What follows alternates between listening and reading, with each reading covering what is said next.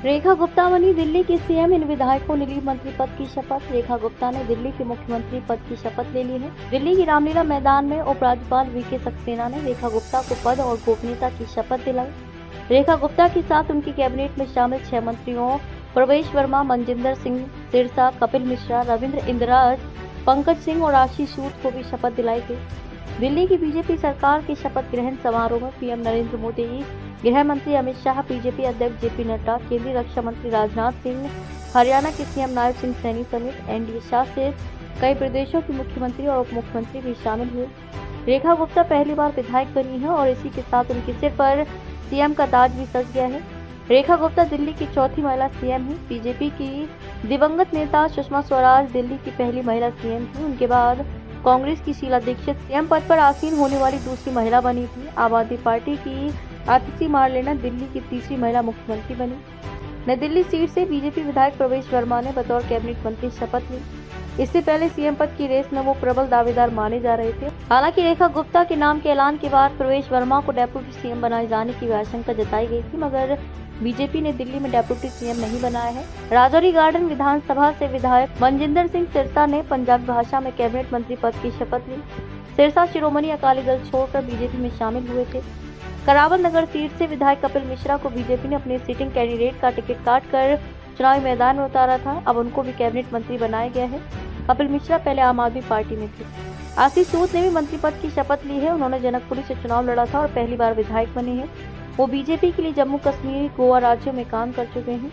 Vikaspuri seat पर पहली बार BJP को जीत दिलाने वाले पंकज सिंह को भी मंत्री पद की शपथ दिलाई गई है। पंकज सिंह पूर्वांचली से आते हैं और पूर्वांचली लोगों में उनकी अच्छी पैठ है। बवाना विधानसभा सीट से बड़ी जीत हासिल करने वाले दलित नेता रविंद्र इंदिराज सिंह को भी मंत्री बनाया गया है। इंदिराज दिल्ली यूनिवर्सिटी से ग्रेजुएट हैं।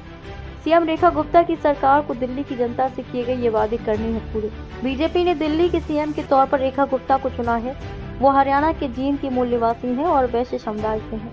रेखा गुप्ता 30 साल से ज्यादा वक्त से आरएसएस से भी जुड़ी रही हैं। वो पार्षद और दिल्ली यूनिवर्सिटी छात्र संघ के अध्यक्ष और सचिव का पद भी संभाल चुकी हैं, लेकिन सरकार चलाने का अनुभव उनको पहली बार होने जा रहा है। दिल्ली सरकार की कमान संभालने वाली रेखा गुप्ता के पास अगले 5 साल का वक्त काम करने के लिए है, लेकिन ये समय कम है और काम बहुत ज्यादा।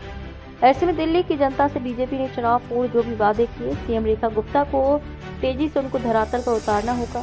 रेखा गुप्ता ने एक अहम वादे की तारीख का ऐलान कर दिया है। रेखा गुप्ता ने कहा कि 8 मार्च को दिल्ली की गरीब महिलाओं के खाते में 2500 रुपये की पहली किस्त आ जाएगी।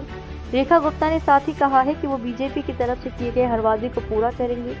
दिल्ली की जनता से बीजेपी ने वादा किया था कि वो यमुना को साफ कराएंगे, कूड़े के पहाड़ों को खत्म करेंगे, दिल्ली में बुजुर्गों को हर महीने 3000 रुपये पेंशन देंगे, साथ ही गरीब परिवारों को 500 रुपये में रसोई गैस सिलेंडर देने का वादा भी बीजेपी ने किया था। साथ ही होली दिवाली पर मुफ्त रसोई गैस सिलेंडर देने का वादा पूरा करना है।